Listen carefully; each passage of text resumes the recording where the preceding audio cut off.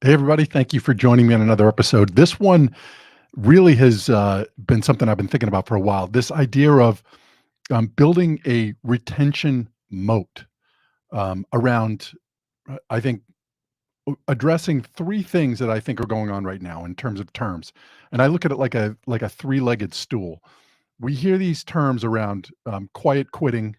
The newest one I've heard is quick quitting, and then obviously the one that probably most of us are familiar with is the great resignation. And to me, all three of these, while they're novel terms, are dealing with decades old issues. And especially when we talk about the great resignation and quiet quitting, I'll start there. Because to me, when I look at that, I think of quiet quitting and the great resignation as almost being the same pool of individuals. And in an environment where job opportunities are great. I think the disengaged that are sitting quiet quitting, they go over to the great resignation. They actually leave. They take action and they move out of that space of just hanging out at companies where they're not happy and they look for opportunities other places, right? So that sort of pool of individuals, that bucket increases and the quiet quitters decreases, right? In times when we're going to experience where the job market might be tighter, I had a conversation with somebody the other day that was like, "Well, I can't wait until things tighten up, and I think a lot of this stuff will go away." And I think this person really, and I mentioned this to them, is that I think you're mistaken because to me, all that will happen is this great resignation group here, right? All these people that are sort of jumping to other places, that will shrink and and the quiet quitters will increase. And I think even more so because what will happen is you'll have people that resent the fact that they didn't take the opportunity when they had the chance to go somewhere else and now they feel like they're stuck. And I think that's even worse than those people that leave. Now, the next one that I've heard most recently is this idea of quick quitters. These people that show up at companies and then they leave very fast, right? They don't hang around long. And I think a lot of the data that we're seeing in terms of some of the surveys that are out there would suggest that many of the people that have left to go to other companies, once they get there, they realize that, boy, this wasn't any better than what I left. And they start to regret the fact that they're there. And I think there are two things going on here. First off, from the employee standpoint, I think if you're one of those individuals that you're contemplating, you're a quick quitter, what I would strongly encourage you to do is look to rather than running away from a situation, figure out a plan so that you run toward your next opportunity. It's not reactionary, right? I'm not leaving running away from this job. It's proactive. I'm actually going to find a way to run toward my next opportunity. I think there's a big difference there. Now, that's a whole separate topic in terms of the employee portion of this because I think a lot of people personally have quietly quit on themselves, regardless of the organization they're with. I think they've quietly quit on themselves. And and again, I'll do an episode outside of that because I think that's such an important point. Whether you've quietly quit at home in your personal relationships, or you've quietly quit at work in a professional setting. I think they're equally damaging. And I think on a lot of these things, until you get that piece under control, you're going to continue to quietly quit or be in the great resignation or be a quick quitter because you're not dealing with the stuff that needs to really be dealt with, and that's internally. The book that I wrote, the leadership bridge, the first part of this book is all around building a bridge with yourself first. If we don't have that, all these other things will eventually eat away at us. But when we're solid in terms of our own bridge with ourselves and self-awareness and understanding how to navigate challenges and all of those other things, um, we have control over it. So back to this idea of developing the retention moat, and I'm going to look at this from the standpoint of the organization, the organizational castle, we'll call it. That this is not about building a moat so we keep the talented people trapped within our company. This is about a moat that is built not around alligators and things that prevent people from leaving. To me, it's about behaviors and satisfying social needs that we have. So the first thing I want to talk about in terms of as we build this moat is what are our social needs? There's a model that I will use often by a researcher, a neuroscientist, Dr. David Rock, and he's out of Australia. This is a model that I first came across back in, I believe it was probably 2009. It's called the SCARF model, and what David Rock did was he identified 5 social needs that we all have, and it's an acronym. And certainly, if you know me by now, you know I love acronyms.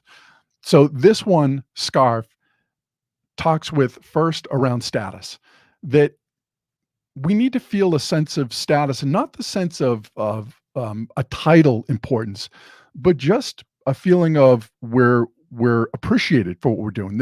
We're respected. There's worth in us. And I think when organizations understand that, when they're building that moat in terms of how do you retain talent, that when you create an environment where people feel as though or experience a sense of status, they feel valued, appreciated, respected, then you start to create that environment where people don't want to leave, right? They want to stay. The next one is in the SCARF model is around certainty. And this is people want to understand, where are we going? What are the rules of the road? And when there are transition or changes within organizations, when people don't feel a sense of certainty, then we run into problems, right? Any type of change, we don't like that generally. We like good change, but we don't like uncertainty. And that's an important social need that we have. So as organizations, it's very important for us to create environments where people understand what's expected of them. And I'll get into the behavior part of this, but I think let's just leave it at that for now, is that we need certainty. The next one is around autonomy, that people need to feel as though they have a sense of autonomy, that they have control over their destiny in some regards. And this is not to say that when you show up in an organization, everybody just gets to do whatever they want. But when we have environments, and especially now where we're in more of a remote setting, people need to feel as though they're able to sort of design what this is going to look like. And I think when we have managers or leaders, I'll give you one example of where people might be feeling micromanaged, right? Somebody's watching over my shoulder and constantly looking at what I'm doing, or they don't give me a lot of opportunity to have some say and maybe a better approach to how this can be done. When we don't have autonomy, we're losing part of that engagement with an individual when they don't feel as though they have any autonomy over what they're doing.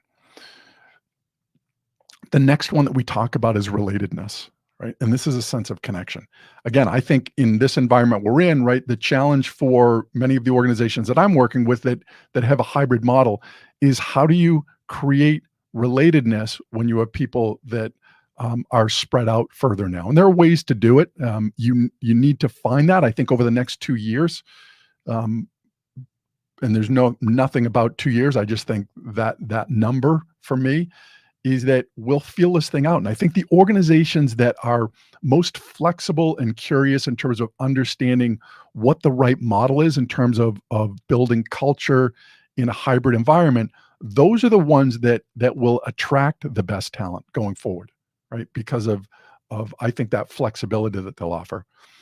The last one that we talk about is fairness, this social need of people feeling as though that the rules are the same for everybody here, that not one group gets preferential treatment and another group doesn't. And again, I think in a hybrid environment, this can be really important, where some people might feel slighted that they have to come into an office where other people seem to have a little bit more flexibility now. We've got to be able to understand those things and recognize that those are social needs. When people don't feel as though there's equality, there's justice in terms of what's going on, you're going to run into problems. You're going to violate one of those social needs. And to me, when we're building this moat, if we're putting SCARF in there, if we have a moat that satisfies status and certainty and autonomy and creates relatedness and fairness, we create an environment here around this organization where people want to stay. They don't want to leave.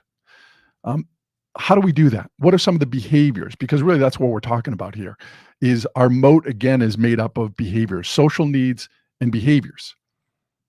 So a model that I use and talk about quite frequently in the book that I wrote, The Leadership Bridge, is around cables, right? We're building bridges with each other, always. That's all that we do. Each relationship we have with somebody else, imagine that is an individual bridge. with that person. And if you think about the quality of bridges that are out there, you can probably think if you don't have a good relationship and you equate it to a bridge, that's probably one of those bridges that needs repair. It's got potholes in it. Maybe there's rust on it. Whatever. It needs work. There's an uneasiness at times of crossing that bridge. It's not enjoyable. Whereas there are other bridges that the relationship is so strong. It's like we enjoy the beauty of the scenery that we get when we cross that bridge. The Golden Gate is one that I will often use as an example. Now, we can have other bridges that have completely been destroyed. We can't cross them anymore, at least not emotionally and mentally, right? That bridge has been cut off from us. We don't cross that anymore. And maybe it's a relationship we have with somebody that they did something to us, or we did something to them that they finally said, enough. Well, I'm out. I'm not doing this anymore. Right. So important for us to think about in regards to as we build this bridge. So around congruence, walking the talk. Is what we say and what we do in alignment? And if it's not, as an organization, if what we hold as values, we don't model in our organization at all levels, then we start to erode those social needs that we all have around maybe fairness or even certainty when we don't have congruence. So the next is around appreciation, recognizing people for who they are and what they do. So important as we continue to shape this moat. It's another behavior that is so important for us to want to retain and have people that are within this organizational castle. They want to stay because they feel like they're appreciated, they're recognized not only for what they do, but for who they are as individuals. And to me, that gets into diversity, really celebrating diversity within an organization. So from there, we move on to belongingness, right? And that ties back into, for a social need, relatedness within that social needs model that David Rock talks about. When we create an environment where people feel as though they belong, they want to stay. This is not about money anymore for the most part. In those people that are in organizations or a part of teams that they really feel a sense of belonging or connection, unless there are financial needs that they need to have met that can't be met in that organization, they're not leaving. They're staying because that bond is so strong. The next behavior that we want to develop is around listening. And we talk about listening in 4 different ways. Around listening with our eyes, listening with our ears, listening with our mind, and also listening with our heart, or listening from empathy. And I've got several different podcasts that I speak about these specifically, and I go into great detail in the book. I'm excited. I've actually got an interview that's going to be coming up with a gentleman named Oscar Trimboli, who's out of Australia as well. And he's a world expert in regards to developing strong listening skills. And I'm looking forward to being able to publish that episode because I think it's got so much value to it.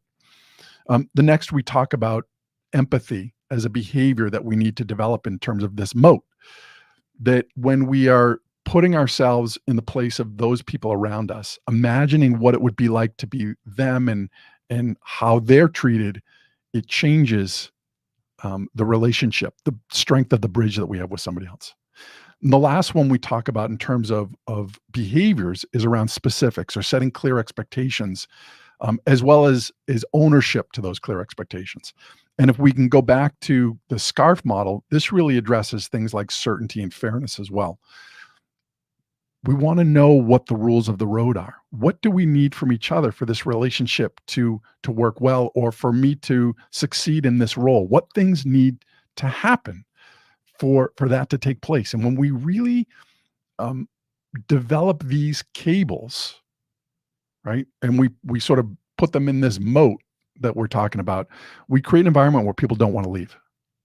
Now, just so you know, I think there's also the ability, when we have a bridge here as part of this castle that goes across the moat, it allows 2 things. I think it allows people that maybe they're not a fit for this organization. They've come to the decision on their own based on the environment, the culture. It's not a culture that they want to be a part of. They have the ability to leave. They cross that bridge.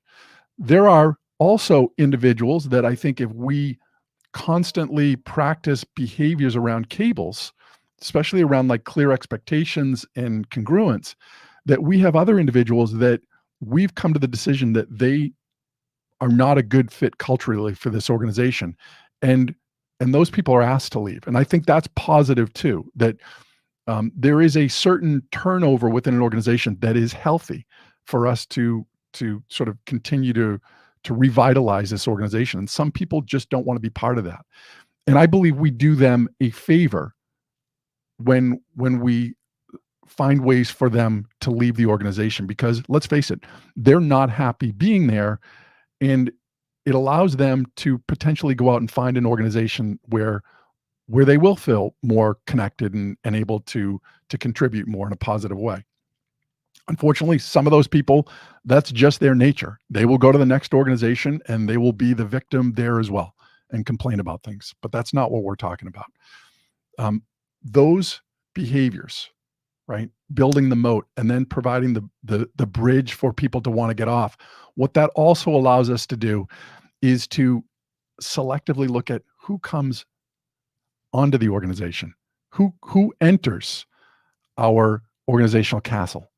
And I think we need to be more selective in that. And this is not about discrimination or anything like that.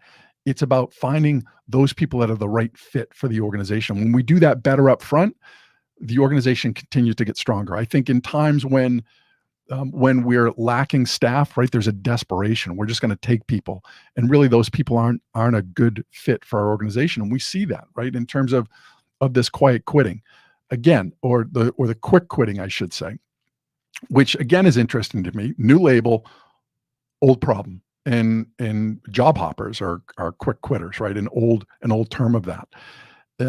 You look, there's a lot of data from especially recruiting companies, and one that I use quite often. It says that in terms of people leaving an organization, they're 10 times more likely to leave an organization in year one than at any other point. And the next highest point where somebody will leave an organization is on an anniversary date. And to me, those things make sense. That I'm going to leave in the first year because maybe what I was told, what I was expecting to have happen when I joined this organization has not materialized. Either I haven't done my part, or the organization, what they said was going to happen hasn't happened, whether it's around opportunities or the type of culture that we have or whatever those things might be. That's not going to happen. The other part is on anniversary dates where people are thinking, you know what, I've been here for 4 years, I haven't moved, or what am I doing? I don't feel happy here. And that's another opportunity where people start to look for other places to go. I think as organizations, in terms of building this moat, I think the best thing that we can do is create leadership as part of our onboarding, right? Train in leadership as part of how we onboard people, those behaviors, those core behaviors. Because I believe when we do that, why wait 2 years to get somebody promoted to then say, okay, now we're going to talk about leadership behaviors. Let's do that right in the beginning. Onboard people. It's not an expensive thing to do. And I think what it starts to do is create an environment where people understand what are the behaviors that we're going to model here. What are the expectations that we have in terms of how we treat each other and how we operate as an organization. And when we provide people with understanding, identifying, and developing what those behaviors and skills are, we create, I think, a much stronger organization from the get-go, because it allows individuals when they've been onboarding with certain leadership skills or behaviors, the ability to navigate conflict and have difficult conversations. And I would say also drive their own development, right? They feel a sense of empowerment when we have that. So I hope you've found this helpful. I think this idea of building this moat in terms of the environment that we're in, this retention mode, is so important. Again, the social needs that we talked about, as well as the behaviors that create that moat where people want to stay within. And again, I think it protects you from companies that might want to come in and try and take your talent. That's what it protects against. I'd also encourage you, I just had a newsletter, a monthly newsletter that is published. Episode 1 has gone out, and it's called the Real World MBA. And this is going to talk about mind, body, and attitude. And again, I think those are the things that when we develop those, we become stronger as individuals. And when that happens, our ability to lead and influence others it just becomes much more fluid, and we reduce that amount of friction. I hope you found what we've talked about here valuable. I hope you're able to take just one thing and try it on, test it out.